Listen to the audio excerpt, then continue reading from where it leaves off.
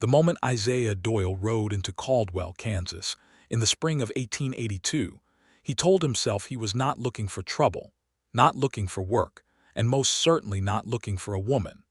And then he nearly ran his horse straight into one standing in the middle of the main street, arms full of flour sacks, staring up at him with the kind of eyes that made a man forget his own name, let alone hers. He pulled his roan mare hard to the left, dust billowing up around both of them, and the woman stumbled back a step but did not drop a single sack. That alone impressed him. Most men he knew would have scattered the whole load across the dirt and spent the next 10 minutes cursing. She just shifted her weight, planted her boots, and looked up at him with an expression that walked the line between annoyance and amusement. And it was that particular combination that lodged itself somewhere behind his sternum before he had time to guard against it. "You trying to run me down, or is that just your natural way of arriving somewhere?" she asked. Isaiah pulled his hat off and pressed it to his chest. He was 26 years old, broad across the shoulders, with dark hair that curled at the ends when it needed cutting, which it did now. His jaw carried 3 days of stubble, and his coat was the color of red clay, worn at the elbows, and he had never in his life been particularly smooth with words, but he tried. "My apologies, ma'am. My horse got spooked by that dog over there." She glanced at the dog in question, a half-asleep hound draped across the steps of the general store who had not moved since Isaiah rode into town and was not moving now. "That dog," she said, "has not moved since Tuesday." Isaiah looked at the dog. He looked back at her. He put his hat back on. "You might be right," he said. She almost smiled. It was close enough to a smile that he counted it. She told him her name then. She said it cleanly and directly, the way she seemed to do most things, and it was a good name, a strong name, one that suited the way she stood with all those flour sacks stacked in her arms like she could carry half the town and not ask for help. He repeated it back to her, or thought he did, and she nodded once and walked on down the street toward a wagon hitched outside the hardware store. Isaiah watched her go longer than was polite. He rode on to the livery stable, paid for his mare's board, and walked himself to the saloon called the Silver Spur, where he ordered a whiskey and sat at a corner table and tried to recall her name and found, to his considerable annoyance, that he could not. He knew it started with a sound that felt like something settled and sure. He knew it had 2 syllables at least. He thought maybe 3. But every time he reached for the exact shape of it, his mind gave him something else, something wrong, and he pressed his thumb against the edge of his glass and stared at the back wall and felt like a man who had just let a $20 gold piece roll through a crack in the floorboards. He was too proud to ask. That was the plain truth of it. He had repeated it back to her not 10 minutes ago. Asking again would mean admitting he had not been paying attention, or worse, that she had affected him so immediately and completely that her name had been swallowed up by the simple fact of her face. He decided he would simply find out another way. Caldwell in 1882 was a cattle town on the edge of wild country, the last stop before Indian Territory, and it had the hard, unsentimental character of places that existed primarily as a crossing point rather than a destination. The streets were wide and flat and often muddy. The buildings were mostly frame construction, wood warped by Kansas wind, storefronts with painted signs that had begun to peel. There was a land office, a post office, a hotel called the Drover's Rest, 2 churches, a school, the Silver Spur, and 3 other establishments that served whiskey under various pretenses. The cattle trade had been good for Caldwell, good in the way that brought money and noise and men with guns and all the complicated trouble that followed those things. Isaiah was not a cattleman. He was a surveyor, recently engaged by a land company out of Wichita to map parcels in the surrounding county for homestead claims. It was methodical work and solitary work, and it suited him. He had grown up in Missouri, the second of 4 sons on a farm that never quite prospered, and he had learned early that if you wanted to know exactly where you stood, you had to measure it yourself. He had been in Caldwell 3 hours when he saw her again. He was coming out of the land office having introduced himself to the county clerk, a thin man named Hofstetter who wore spectacles and seemed perpetually disappointed by his surroundings, when he nearly collided with her for the second time in a single day. She was coming up the steps as he was going down them, and they both stopped one step apart and looked at each other. "We keep meeting like this," she said. "I am starting to think it is the town," he said. "It is not very big." "No," she agreed. "It is not." He could not ask her name again. He looked at her and waited, hoping she might simply say it again for some reason, the way people sometimes repeated themselves, and she did not. She had a canvas satchel over one arm and a look of someone with a purpose and a schedule, and she was not the kind of woman who drifted through a doorway or lingered in conversation for the sake of it. Everything about her was deliberate. She was perhaps 23 or 24, he guessed, dark-haired, with a few strands loosened from her braid by the wind. Her eyes were a brown that leaned toward gold in the afternoon light. She was wearing a plain blue dress that had been washed many times and a pair of boots that had done considerable work. She was not pretty in the way of a painting or a hotel parlor portrait. She was pretty in the way of something that had been made to last and had. "You are the new surveyor," she said. It was not a question. "News travels. Hofstetter told my father this morning that one was coming. My father owns land east of town. He has been waiting for someone to come settle a boundary dispute with the Hennessy family for going on 2 years. Isaiah leaned against the railing. "What kind of boundary dispute?" "The kind where both families think the creek is on their side." He nodded slowly. "That is a very common kind." "My father is Gerald Blackwell," she said. "He will want to speak with you." And there it was, Blackwell. He fastened onto it and held it. Blackwell, her last name, but still not the first. "I would be glad to speak with him," Isaiah said. "Where would I find him?" "He comes into town on Thursdays for supplies, or you can ride out to the homestead. It is about 4 miles east. Follow the main road until you cross the dry creek bed, then go north toward the ridge. You will see the windmill." She said it efficiently, the way someone gave directions who had given them many times before, and then she moved past him and into the land office, and Isaiah stood on the steps in the afternoon sunshine, and now had a plan and a last name, and still not the first one. He spent the evening at the Drover's Rest, eating beef stew that was better than he expected, and listening to the conversations around him with strategic attentiveness. He heard about cattle prices, about a family named Greer who had lost half their herd to sickness, about a preacher whose sermons were running too long, and about a woman in the general store who made the best apple preserves in the county. But no one mentioned the Blackwell family or the surveyor or anyone with dark braided hair and golden brown eyes. The next morning he rose early, packed his surveying tools, his compass, his measuring chain, his level, his field notebook, saddled his mare whose name was Juniper, and rode east along the main road. The Kansas land in late April was wide and pale green under a sky that went on forever in every direction. The grass moved in long shimmering waves, and the wind was constant and low and smelled of earth that had recently had rain in it. Isaiah had been in this part of the territory before, passing through on other jobs, and he always found himself slightly overcome by the scale of it. Missouri had trees enough to give a horizon some definition. Here the horizon was just the place where two infinities met. He found the dry creek bed, turned north, and saw the windmill catching the morning light on the ridge exactly where she had said it would be. The Blackwell homestead was a substantial operation for the territory. 2 frame buildings, one the house and one the barn, both painted white though the paint was aging. Fenced pastures stretching south.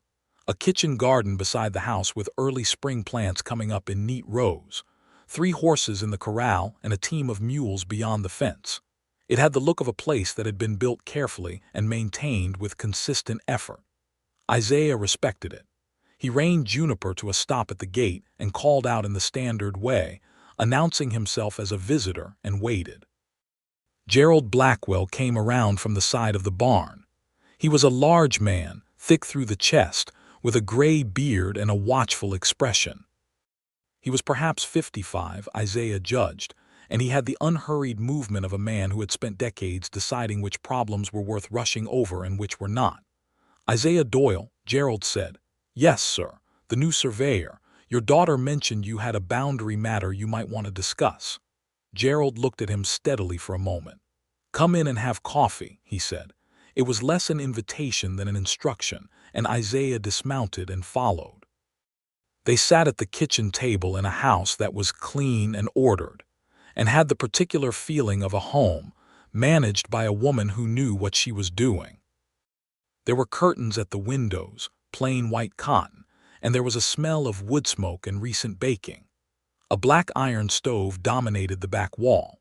2 cups of coffee appeared, and Gerald sat across from Isaiah and spread a hand-drawn map across the table and began explaining.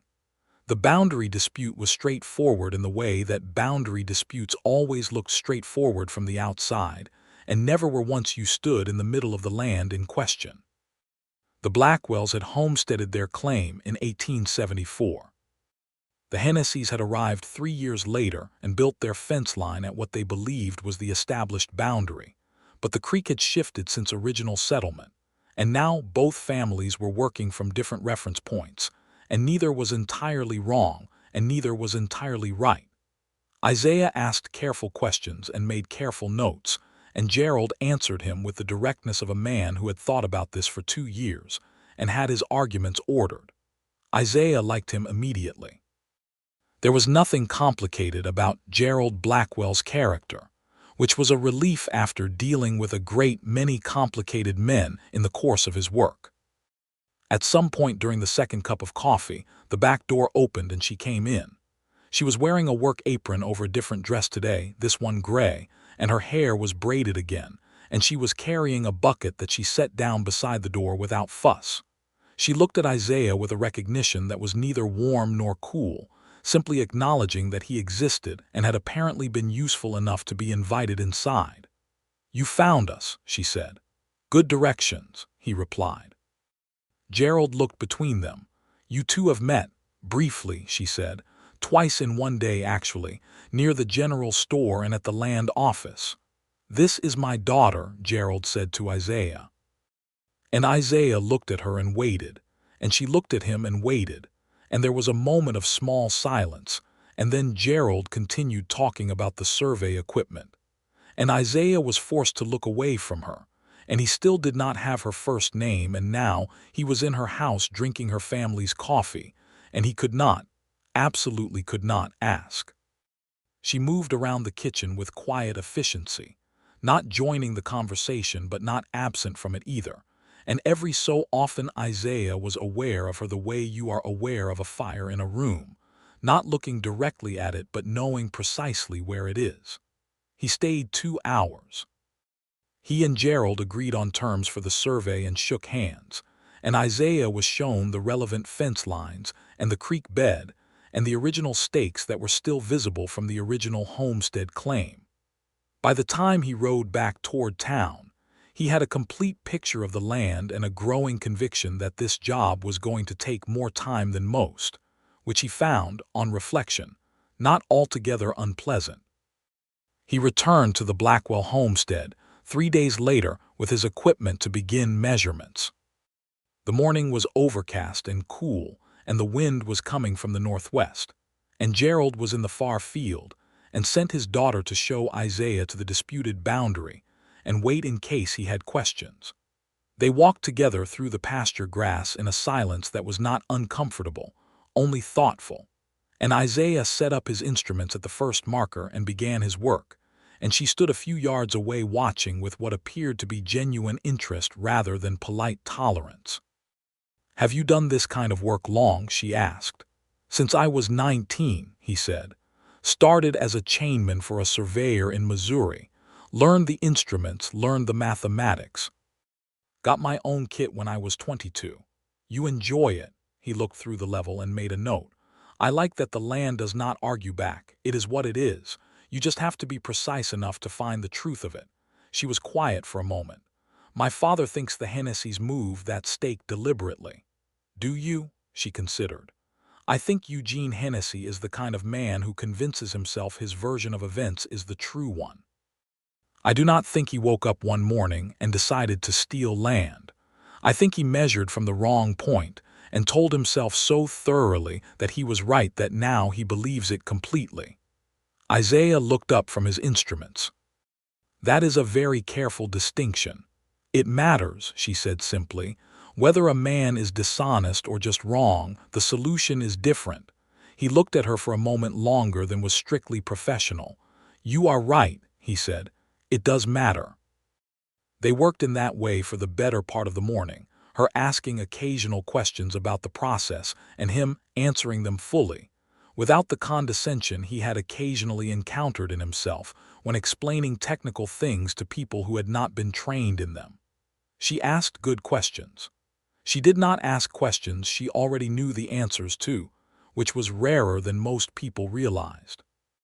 By midday she had produced a cloth-wrapped bundle from somewhere that contained cold biscuits and dried beef and 2 apples, and they sat on the running fence at the edge of the Blackwell property and ate and looked out over the gray-green Kansas distance.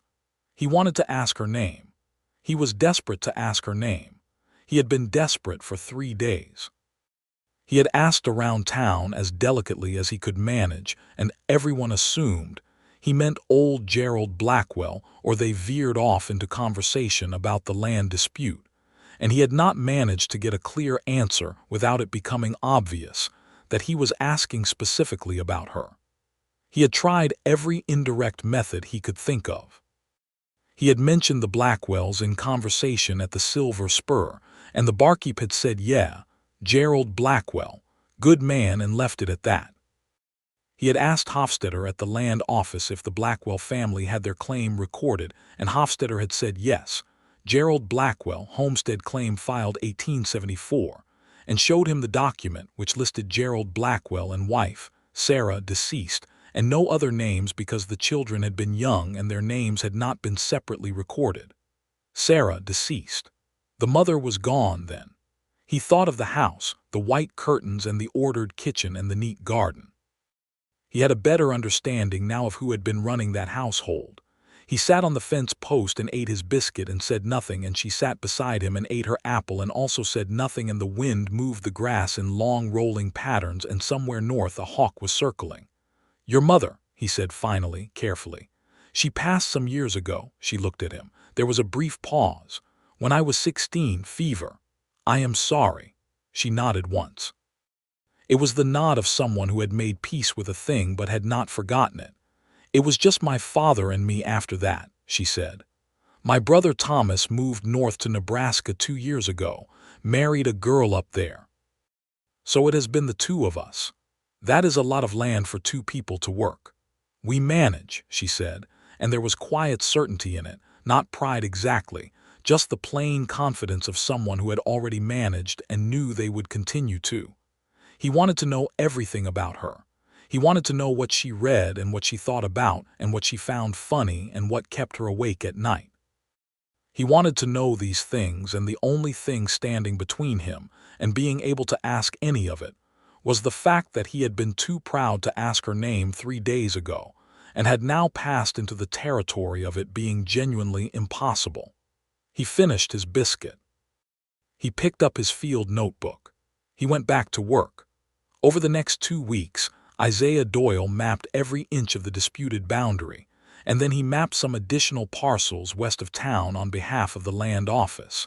And then he found that he had more or less run out of professional reasons to be at the Blackwell homestead, but was going there anyway. Gerald had begun inviting him for supper after the survey work was done, and Isaiah had been accepting those invitations with what he told himself was polite frontier hospitality, but was in truth the simplest, most undeniable reason. She was there. He helped with fence repairs that had nothing to do with surveying. He helped stack lumber for a small addition Gerald was planning on the barn. He fixed a wheel on the supply wagon one afternoon when Gerald was in the field and she was the only one at the homestead, and they spent 3 hours working on it side by side, him doing the heavy work and her doing the precise work of the hub pin, and when it was done they stood back and looked at it, and she said, "If I did not know better, I would think you were finding reasons to stay." And he said, "If I did not know better, I would agree with you." And she almost smiled again. And this time it was closer than before. He had been calling her Miss Blackwell in his speech and his thoughts, which was correct and proper but also maddening. And he had been telling himself that the right moment to confess his embarrassing failure of memory had not yet arrived, when in fact what he meant was that he was still too proud to confess it. One evening at supper, Gerald poured whiskey for himself and Isaiah and set a small glass for her too, which she took without comment, and they sat around the kitchen table as the sun went down through the west window and the lamp was lit, and Gerald said he was glad to have Isaiah around. Said it gruffly and without ceremony, the way a man of his generation said a thing that meant something to him. Isaiah said he was glad to be there. She was watching him over the rim of her glass, and he met her eyes, and neither of them looked away for a beat too long, and Gerald, who was not entirely unobservant, cleared his throat and refilled his whiskey. That night, riding back toward town in the blue dark, with the stars beginning to come out over the flat Kansas sky and the prairie quiet around him except for the crickets and the soft rhythm of Juniper's hooves on the dirt road, Isaiah made a decision. He was going to tell her. He was going to tell her that he had forgotten her name and had been too proud to ask, and had been carrying this absurd secret for 2 weeks like a man carrying a stone in his boot, and pretending he could not feel it. He was going to tell her because the alternative was continuing indefinitely, and the alternative was becoming impossible. The next morning he arrived at the Blackwell homestead, under the pretense of dropping off the completed survey documents for Gerald to review before they went to the county office. Gerald took the documents, shook Isaiah's hand, and then said he had to ride out to check on the north pasture fence, and would Isaiah mind waiting until he came back so they could go over them together. Isaiah said he would not mind at all. Gerald rode out.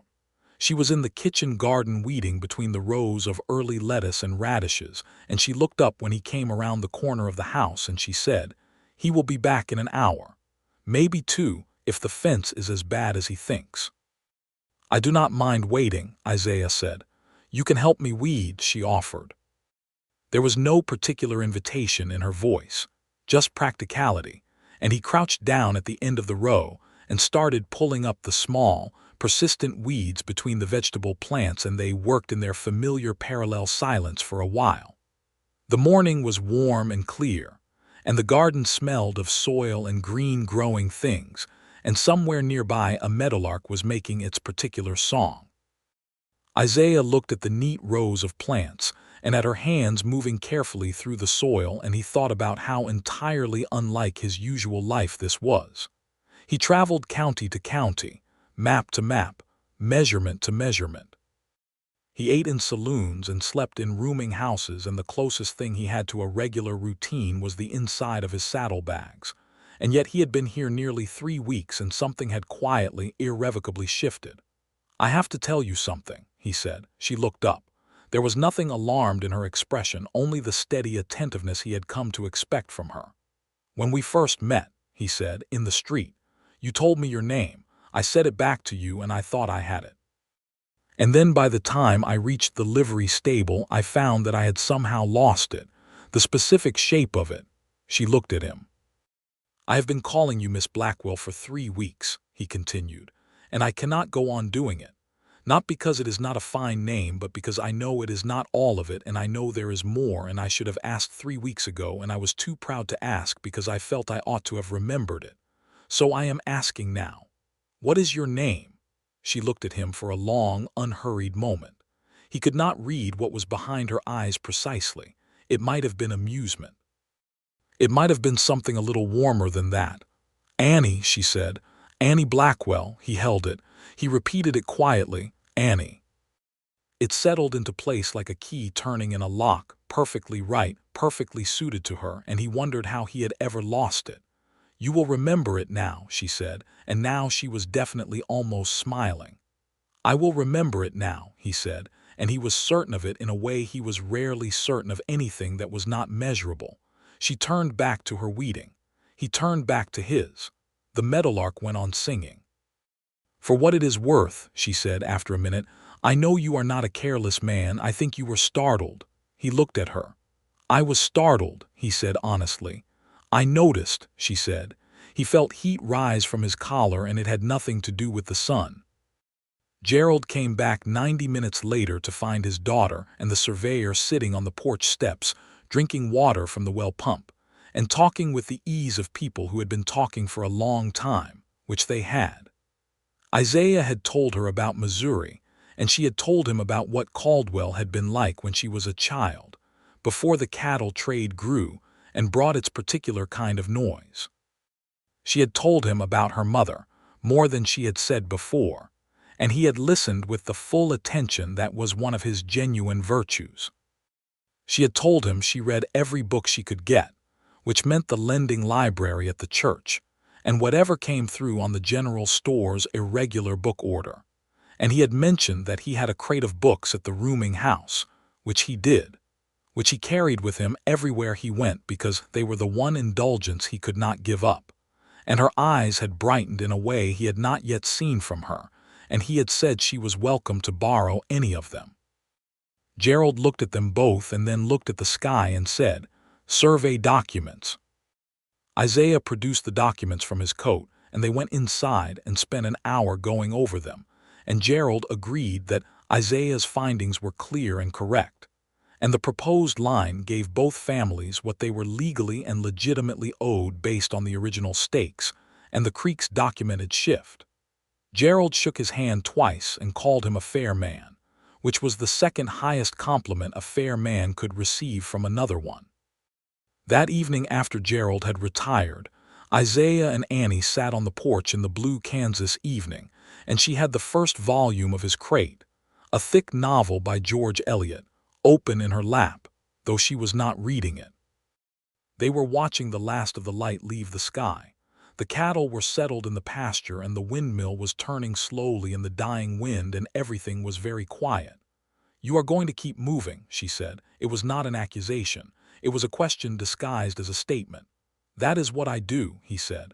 "Survey work takes me county to county. There is more work in the next county, and the one after." "Yes," she said. He looked at the sky.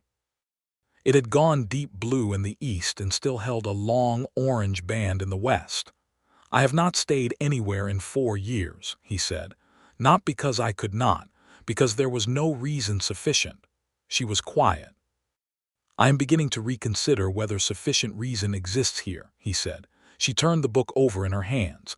The leather cover caught the last light. "That is a careful way of saying a thing," she said. "I am a careful man," he said. "When I am not forgetting people's names." She laughed. It was the first time he had heard her laugh, and it was low and genuine and real, not performed or polite, and it was, without question, the best sound he had heard in years, possibly longer. "Annie," he said, using her name for the first time deliberately, trying it in his own voice. She looked at him. "I would like to call on you properly," he said. "If your father permits it, and if you are willing." She looked at him for a long moment in the gathering dark. "I will speak to my father," she said. "You may consider that a yes." He rode back to Caldwell that night with the stars blazing overhead and Juniper moving in her comfortable steady canter, and he had the feeling of a man who has been in a country he did not know was his and has just realized it is, which is a different and more permanent feeling than simply arriving somewhere. Gerald Blackwell gave his blessing the following Sunday after church, with the directness he brought to everything. He pulled Isaiah aside after the service in the churchyard and said, "My daughter tells me you have intentions.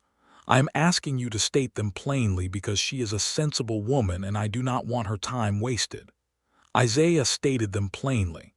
Gerald looked at him for a full 10 seconds and then said, "All right then," and walked off to speak to the preacher, and that was that.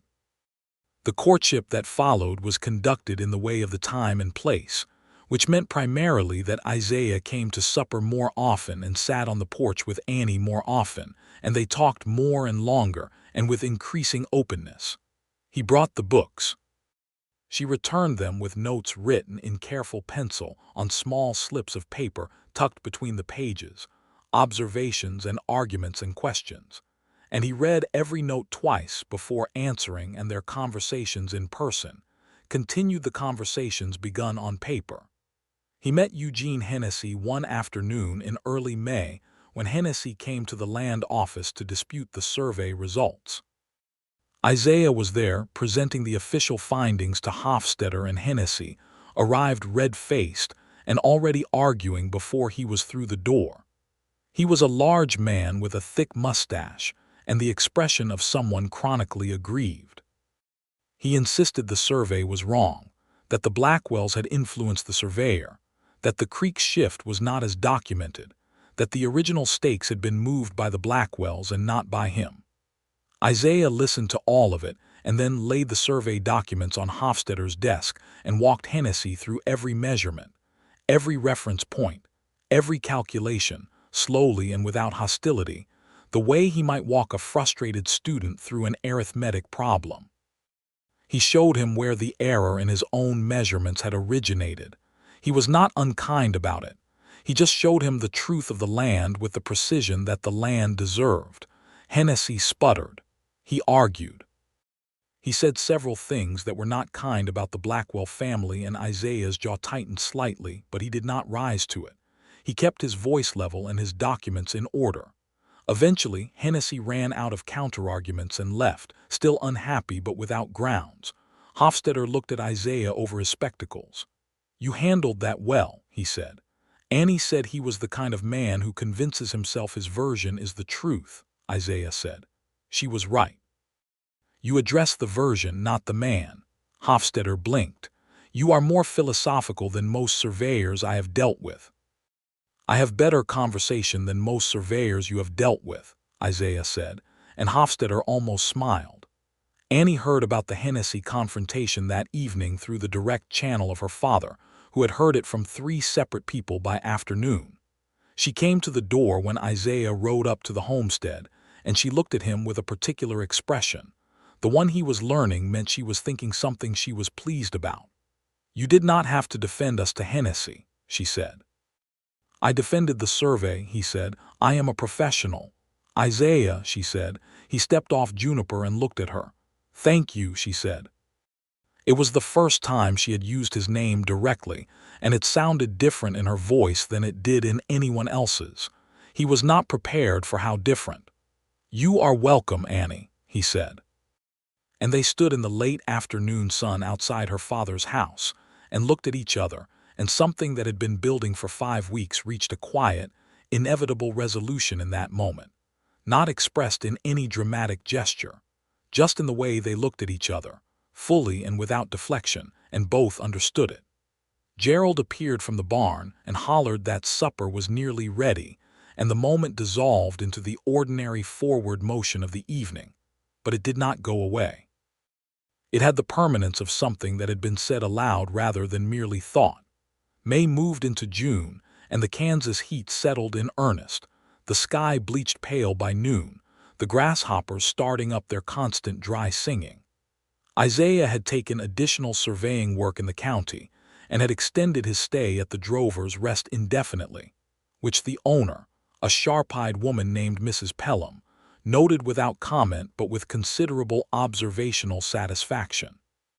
She had seen this kind of thing before, a man extending his stay. She knew what it meant. Isaiah and Annie walked together on Sunday afternoons, which was one of the socially understood forms of courtship in Caldwell in 1882, usually along the road east of town, or along the creek that ran south toward the cattle pens. They talked constantly on these walks, and the ease between them had deepened into something that felt like the ease of people who have known each other a long time, which was interesting given that it had been only 6 weeks. He learned that she had wanted schooling beyond what was available in Caldwell, and had petitioned her father at 17 to let her go to the normal school in Wichita, and Gerald had said no, because he could not manage the homestead alone, and she had not forgiven him entirely for 3 years, which was honest and complicated, and said a great deal about her. She had eventually forgiven him when she understood that the homestead truly would have failed without her, and she and her father had reached a new understanding in the years since, one built on mutual respect rather than parent-child authority. But the memory of that closed door sat in her somewhere, and he could see it. He told her about his own closed doors. His oldest brother had gotten the farm, as oldest brothers did, and the second son had to go somewhere, so he had gone somewhere. He had not been bitter about it. The farm had never called to him the way measurement had, the way the satisfaction of a precisely determined line had. But there was a loneliness in the rootlessness that he had been carrying so long he had almost stopped recognizing it. "You have been moving to keep from feeling it," she said. They were sitting on the creek bank, both of them with their boots off and feet in the cool water, which was not entirely proper, but it was a hot afternoon and Gerald had not come along on today's walk. "Probably," he said. "That is honest," she said. "You tend to make me honest," he said. "It is a somewhat uncomfortable quality you have." She smiled. Not almost smiled, actually smiled, and he looked at it and felt a physical ache in his chest that he recognized for what it was without any ambiguity. "Annie," he said. She was looking at the water. "I am in love with you," he said. "I want to say it plainly because I think you deserve plain things and not careful circumlocutions." She was quiet for a moment. The water moved around their feet and the sun was on the top of the cottonwood trees and a dragonfly went past in its rapid, darting way. "I know," she said. "I have known for a while." He looked at her. "You might tell me what you know about your own feelings on the subject."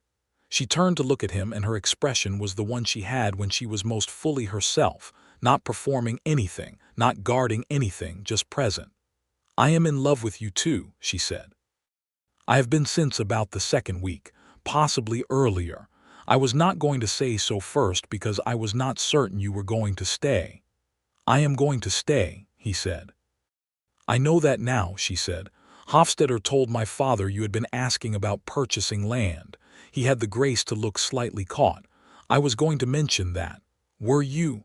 When the time was right." "The time is right," she said. He looked at her and she looked at him, and he leaned forward and kissed her. There on the creek bank with their feet in the water and the summer afternoon burning all around them. And she kissed him back with the same directness she brought to everything. And it was the best moment of his 26 years on this earth without any serious competition. They walked back to the homestead hand in hand, which was a public declaration of sorts even on a road where no one was watching. And when they arrived, Gerald was on the porch and he looked at their joined hands and at their faces and he said, "Well, it is about time," in a gruff voice that contained underneath it a tremendous relief. That evening, Isaiah spoke to Gerald formally and asked for Annie's hand, and Gerald said yes with the brevity of a man who had already decided yes 3 weeks ago and was only waiting for the question. They shook hands and then Gerald produced a bottle of whiskey he said he had been saving and they drank to it, all three of them, in the kitchen of the house that had been Annie's whole world for so long and that Isaiah was beginning to understand would now be part of his.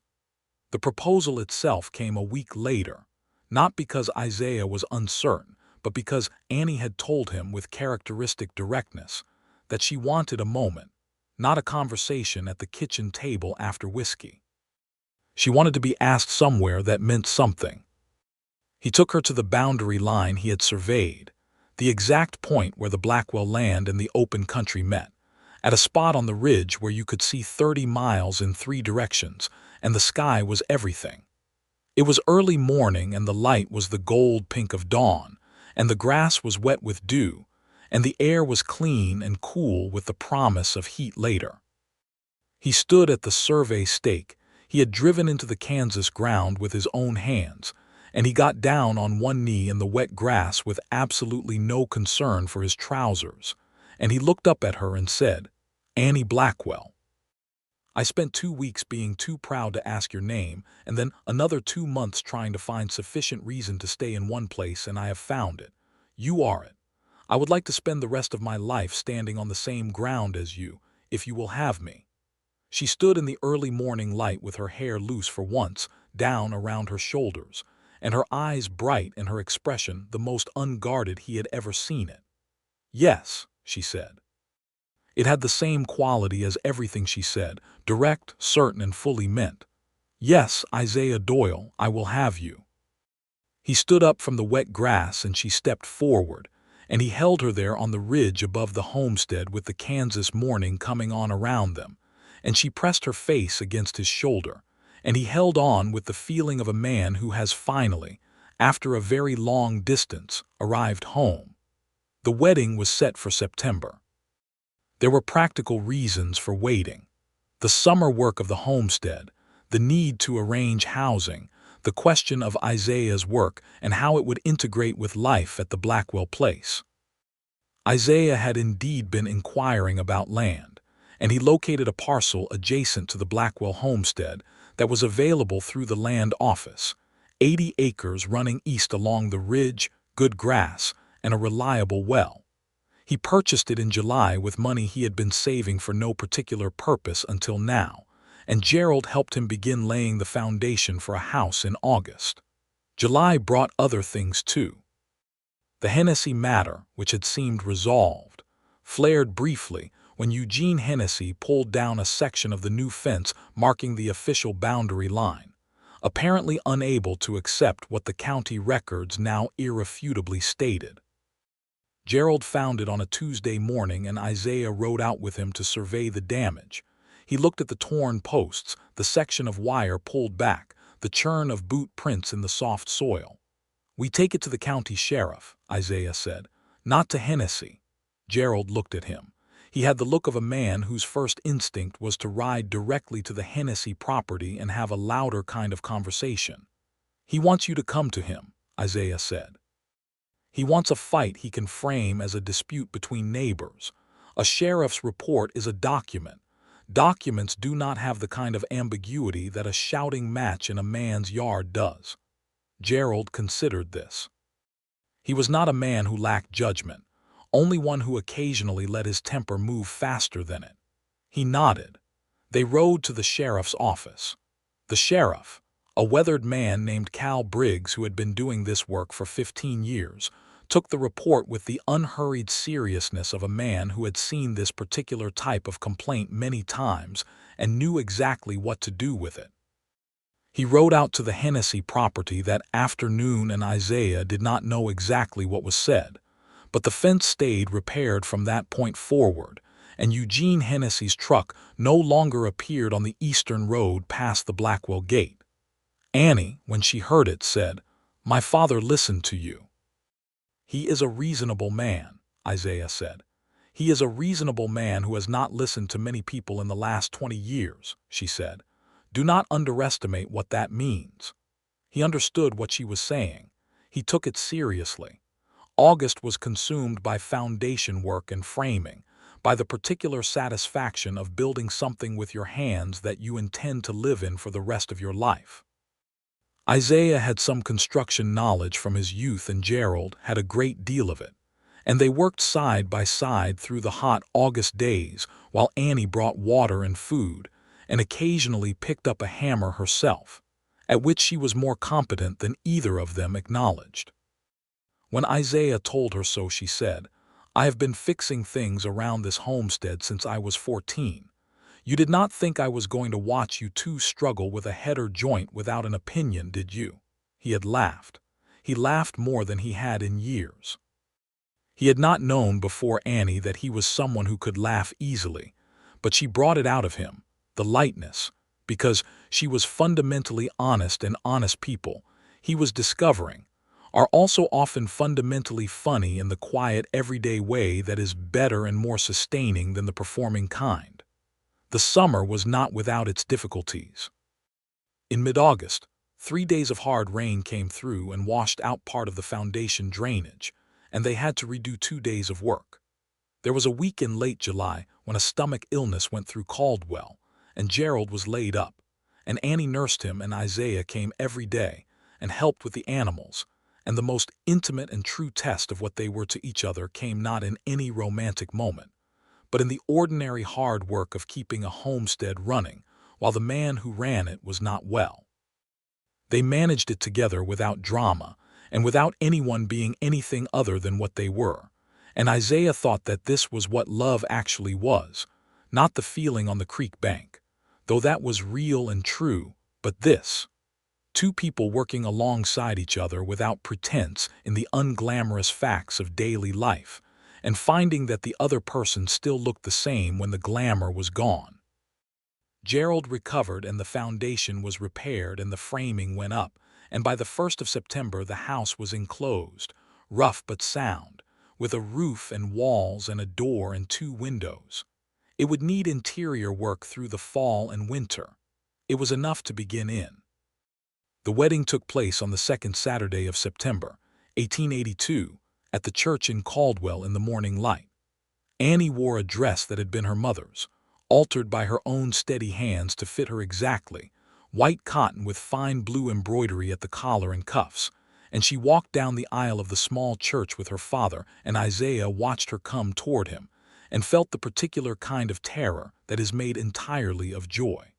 She looked at him the whole way down the aisle. She did not look at the pews or the flowers or the preacher. She looked at him, steadily, with those golden-brown eyes and the full directness that was entirely her, and he did not look away either. The preacher, whose sermons were indeed running too long but whose ceremonies were mercifully brief, performed the service in 15 minutes, and when it was done, and Isaiah kissed his wife for the first time in a church in front of 30 witnesses, she kissed him back with the same decisive commitment she brought to everything, and someone in the back pew said, "Hear, hear," which broke the solemnity enough that the room laughed, and the laughter felt like a blessing.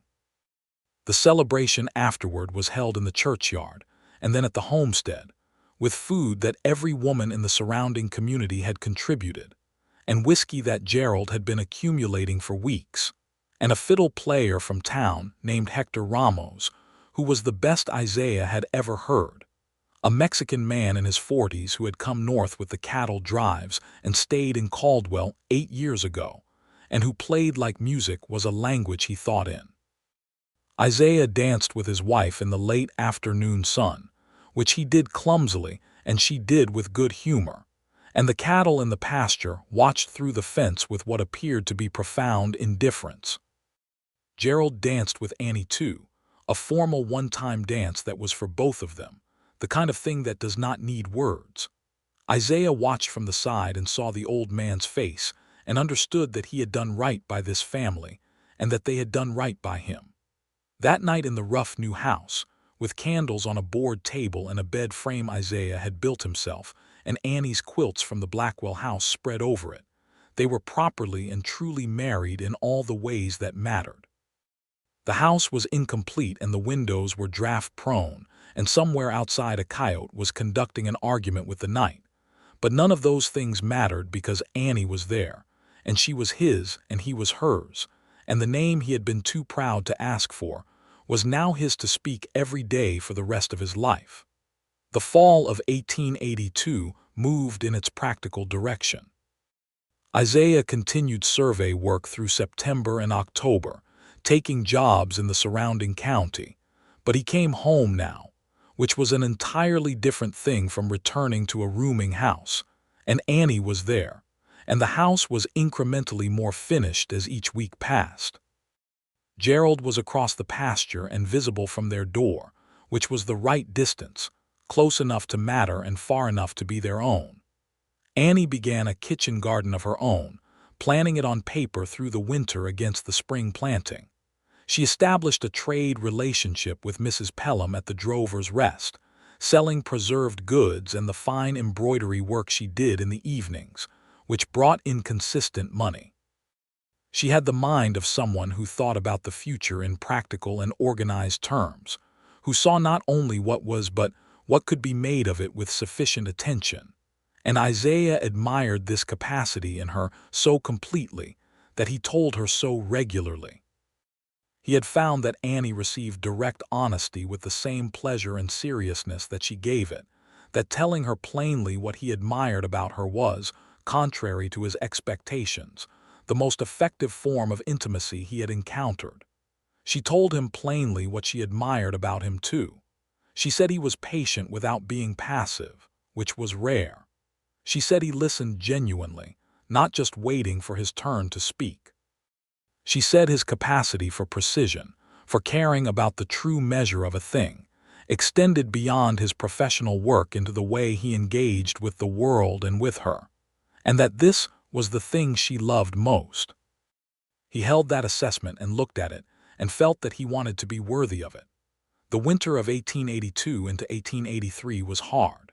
Kansas winters have a particular quality of horizontal, which means the wind does not blow over you so much as through you, and the house, not yet fully chinked and insulated, was cold in ways that required constant management.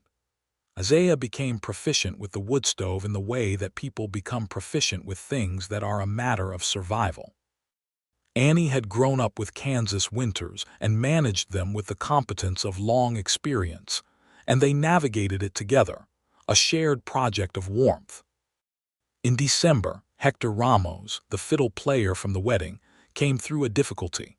His livelihood had been the cattle drives and the saloon work, and the cattle trade from Caldwell was changing, the routes shifting north and then further north as the railways expanded, and Hector was finding the work thinner than it had been. Isaiah ran into him at the Silver Spur on a cold afternoon, and they talked for the better part of 2 hours. Hector was 51, quiet-spoken, a man of considerable dignity who had built a life in a place that had not always been hospitable to a man of his background, and who was now facing the possibility of having to start again somewhere else. Isaiah talked to Annie that evening about whether there was work they could offer at their place, real work with real wages. They discussed it seriously, as they discussed everything, going over what the farm could produce and support. Annie pointed out that they were planning to expand the garden significantly in the spring, and that she had been thinking about keeping a small dairy herd, which Gerald had the knowledge to advise on but not the labor to help with. She said Hector seemed like a man of good character who knew hard work. Isaiah asked Hector the next morning if he had any experience with cattle other than playing music beside them. Hector looked at him with a dry expression. "I grew up on a rancho in Sonora," he said. "I have been working cattle since before you were born." Hector came to work at the Doyle place in January 1883. He was not living. He had a small place in town he had been renting for years. He rode out 3 mornings a week and helped with the expansion work and the animal care, and he was, as promised, competent beyond the level that the current operation required, which meant that the operation grew to meet him. Gerald approved of this development with a quiet gruffness that meant he approved of it very much. The 4 of them fell into a natural working rhythm through the late winter and early spring, a small community of deliberate people getting things done. In February, Annie told Isaiah she was expecting. She told him in the evening at the kitchen table with the lamp between them with her characteristic directness. She simply said, "I think we are going to have a child. In September, I believe." He sat very still for a moment. "September," he said. "Give or take," she said. He stood up from the table and came around to her, and took her face in his hands and looked at her, and he had no words adequate to the moment, which was a new experience for a man who had been finding adequate words for things with some consistency.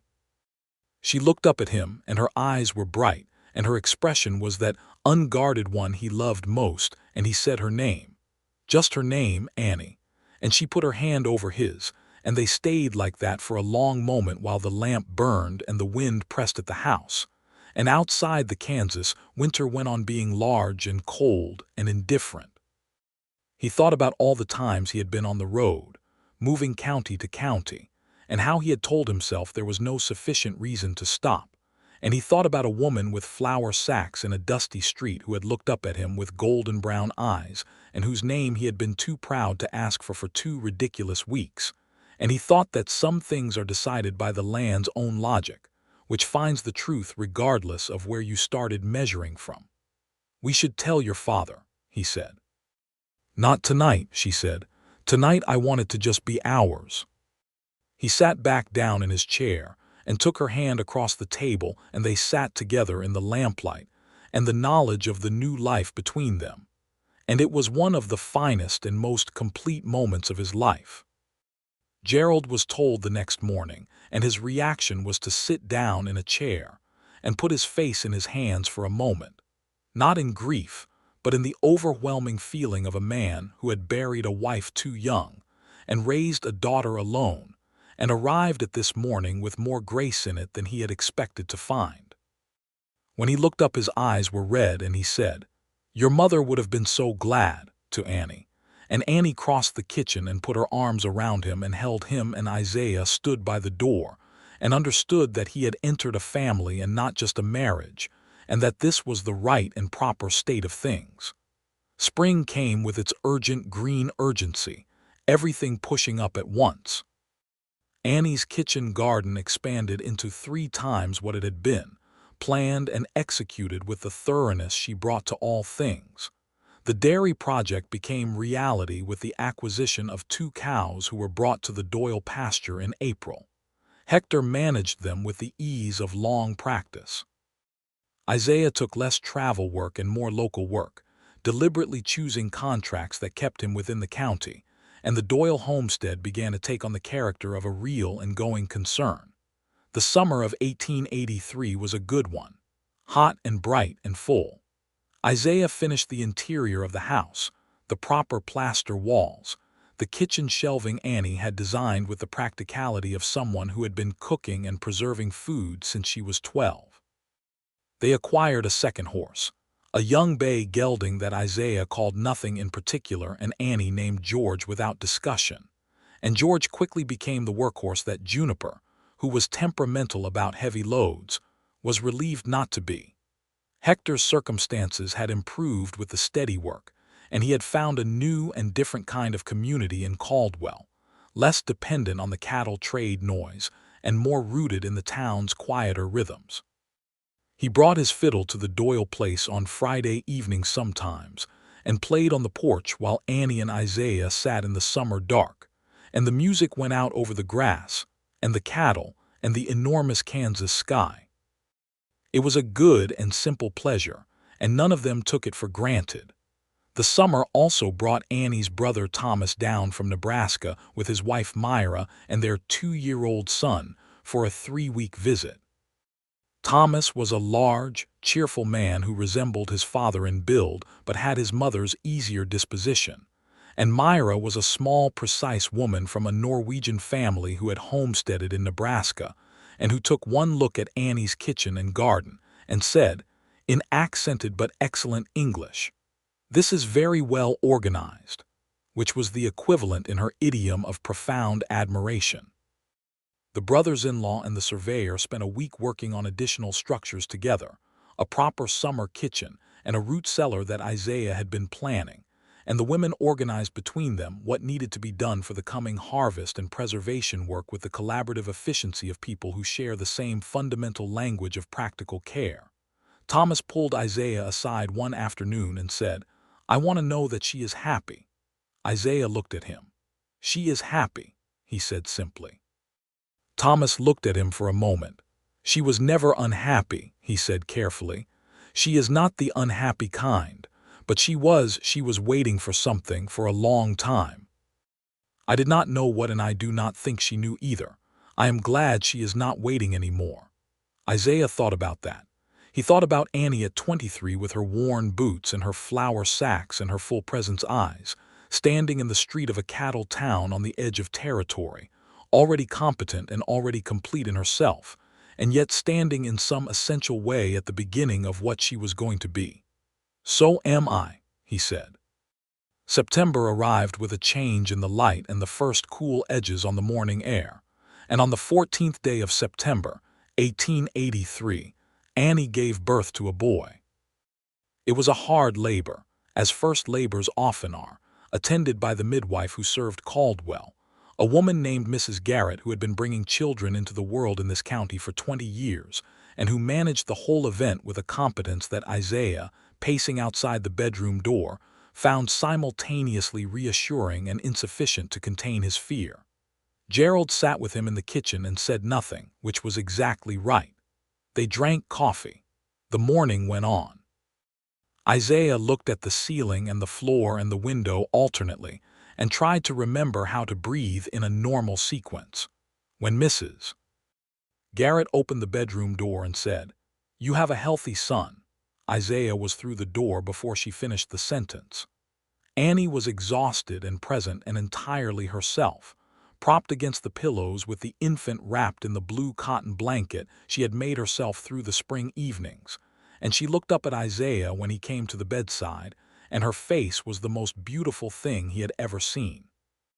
The baby was red-faced and serious, with dark hair plastered to his head, and a small fierce expression that Isaiah recognized immediately because it was entirely his mother's. "Come here," Annie said.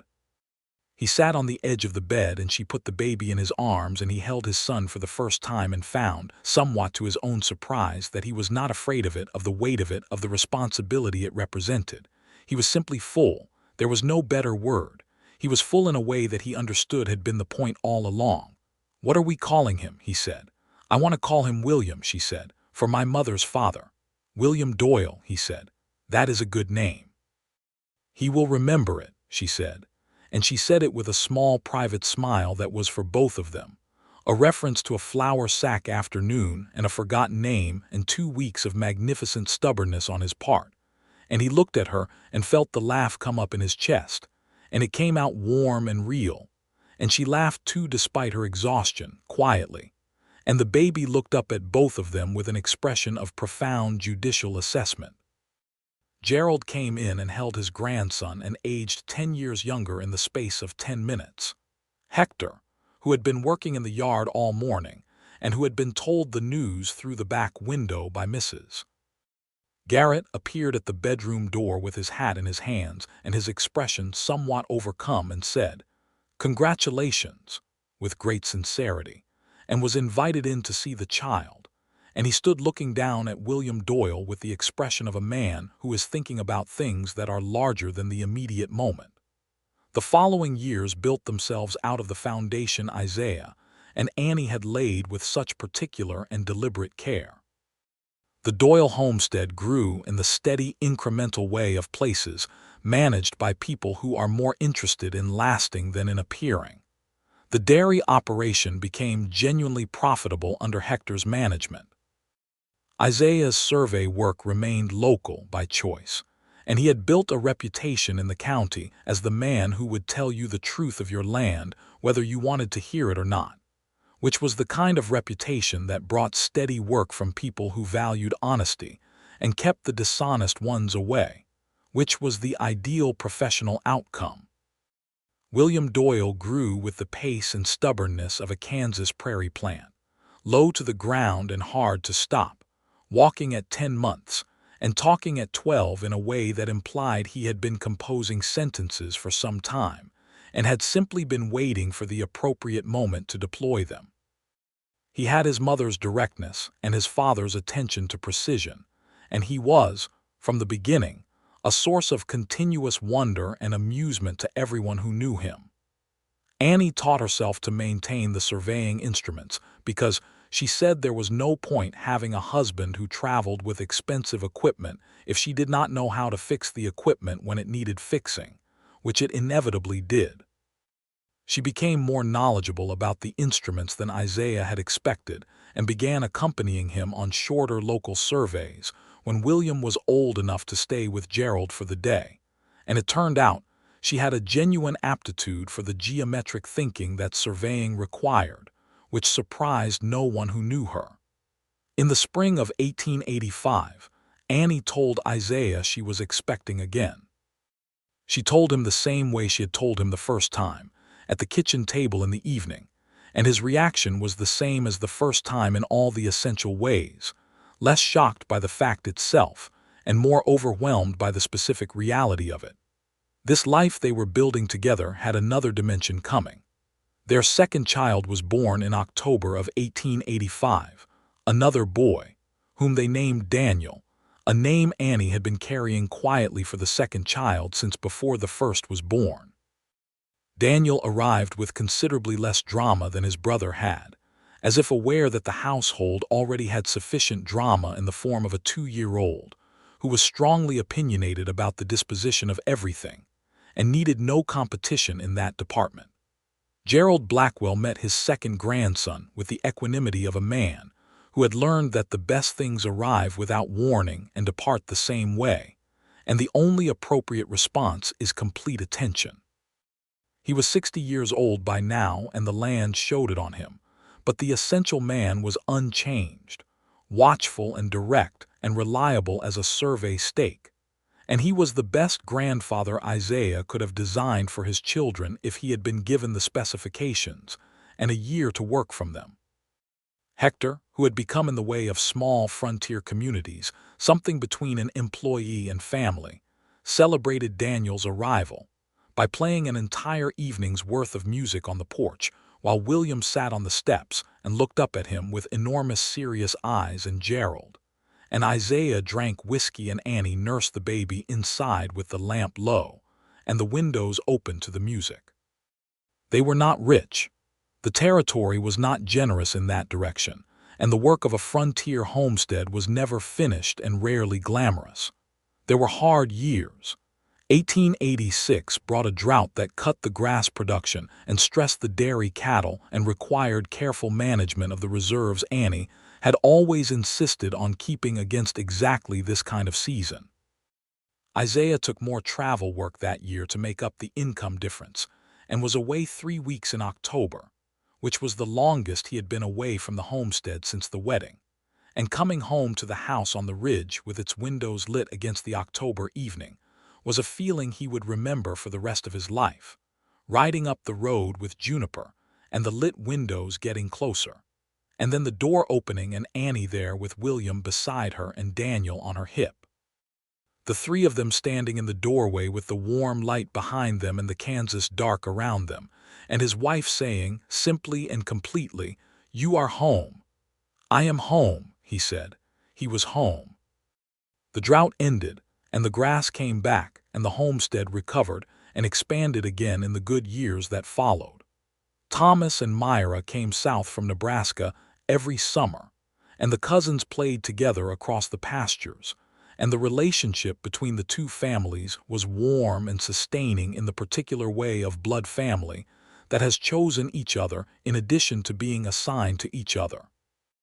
One summer evening in 1887, Isaiah and Annie sat on the porch as the sun went down, and the boys were inside with their grandfather playing some game that involved periodic shouts of triumph and complaint, and Hector's fiddle came drifting across from somewhere in the direction of the barn where he had been working late, and the grass moved in its long, endless waves, and Annie had her feet up on the porch rail and her head back and her eyes half closed, and she said without any particular preamble, "Do you think about where else you might have ended up?" He considered the question honestly. "Sometimes," he said, "the way you think about roads you did not take, not with regret." "What do you think about when you think about it?" "I think I would have kept moving," he said, "county to county. I would have been good at my work, and I would have been lonely in it, and I would not have known clearly enough what was missing to fix it. And eventually I would have been an old man somewhere between counties, still moving, and that would have been my life." She was quiet for a moment. "And now," she said. He looked at the grass and the sky and the windmill on the ridge turning in the evening wind, and the house that he had built with his own hands and Gerald's, and the fields they had worked, and the life they had made on this exact specific piece of Kansas ground. "Now I am a man who knows exactly where he is," he said. She turned her head to look at him. The last light of the evening was on her face, and she was 30 years old now, and the years had done what years do, put a fineness and a depth into a face that youth is too smooth for, and she was more beautiful to him at 30 than she had been at 23, which he had not thought possible then. "Isaiah," she said. "Annie," he said. They sat in the evening quiet, and the fiddle music came across the grass, and inside the house William yelled in triumph about something, and Daniel immediately objected, and Gerald's voice came through the window telling them both to settle themselves, and the windmill turned, and the last light went off the sky, and the first stars came out, sharp and close in the Kansas dark. She put her hand in his on the porch rail. He held on. Some years later, when William was old enough to ask the kind of questions children ask when they have been listening to adults tell stories about their own beginnings.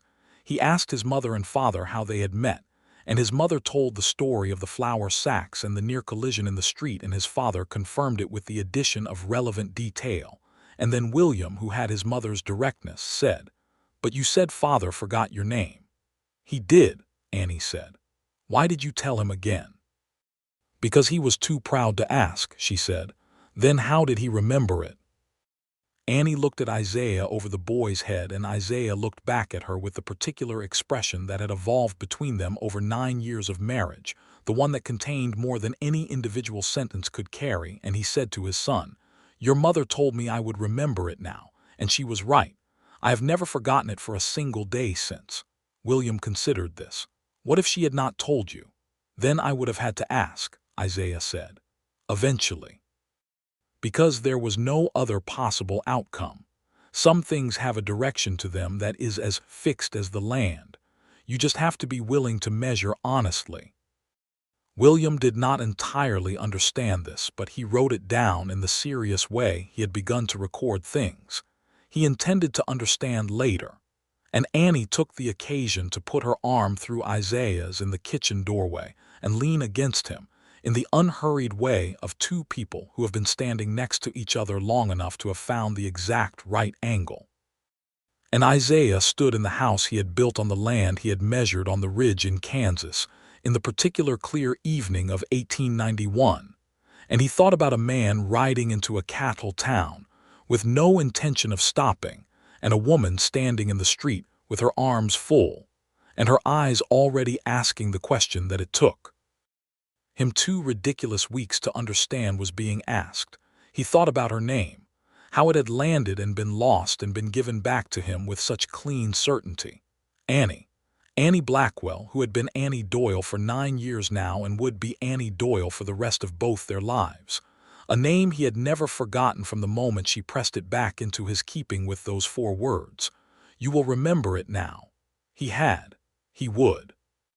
He did, every morning when she was the first thing and every evening when she was the last, and in all the ordinary extraordinary minutes between, in the garden and the kitchen, and the measuring and the building and the laughing and the quiet, on the porch in the summer dark and the winter firelight, in the years that had made themselves out of the one decision to stop moving and stand still on this ground.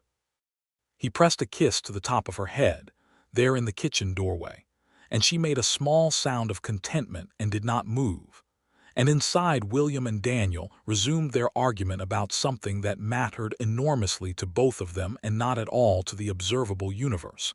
And Gerald's voice came from the direction of the sitting room asking if supper was ready. And it was. It had been ready for 20 minutes. And Annie straightened and went to the stove, and Isaiah followed her into the warmth and the light, and the noise of his full and specific and irreplaceable life, and the door swung shut behind them both against the Kansas evening.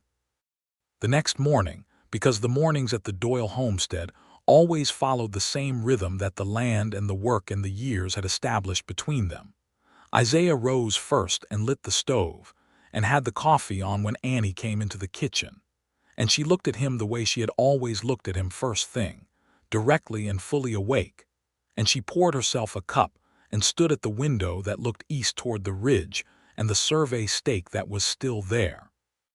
Still in the ground where he had driven it in the spring of 1882, 9 years ago, the exact documented boundary of the Blackwell land and the open country beyond. "William wants to learn to survey," she said. Isaiah looked up from his coffee. "I know, he asked me last week. What did you tell him?" "I told him when he was ready." "He is 9, she said. "He is ready," Isaiah said. She turned to look at him, and she was smiling in full now, the real smile that had been one of the great ongoing gifts of his adult life, and she said, "Then you had better teach him." "I intend to," he said, "starting today if he is up before the dew is off the grass." As if in direct response to this, the sound of small thundering feet came from the back bedroom, and William appeared in the kitchen doorway in a state of considerable excitement, fully dressed, which implied he had been dressed for some time while waiting, and he looked at his father with those direct golden brown eyes that were so entirely his mother's and so entirely their own, and said, "Is today the day?" Isaiah looked at Annie. Annie looked at Isaiah. "Go get the instruments," Isaiah said. William was out the back door before the sentence was finished, and his boots could be heard crossing the porch, and then the yard, and then fading toward the barn where the surveying equipment was kept in its cases. And Annie looked at her husband with an expression that was full of everything they had built together and everything they were. And Isaiah set down his coffee cup and walked to her and put his hands on her face the way he had done the evening of that first September. 9 years passed, and he said her name. "Annie, Isaiah," she said, and that was everything, that was the whole of it. That was the line between the 2 points, measured true and marked permanent, the boundary of a life that was real and full and precisely known, a life built on this exact ground, in this exact light, with this exact woman whose name he had been too proud to ask, and who had given it back to him with 4 words that had turned out to be the truest thing anyone had ever said to him. She put her hand over his. Outside, William could be heard emerging from the barn with the equipment cases, announcing his successful retrieval at considerable volume. Inside, Daniel was beginning to make the sounds of a child approaching wakefulness. The coffee was hot. The sun was coming up over the ridge. The windmill was turning. Isaiah Doyle kissed his wife in the morning light of their kitchen, and she kissed him back, and the day began.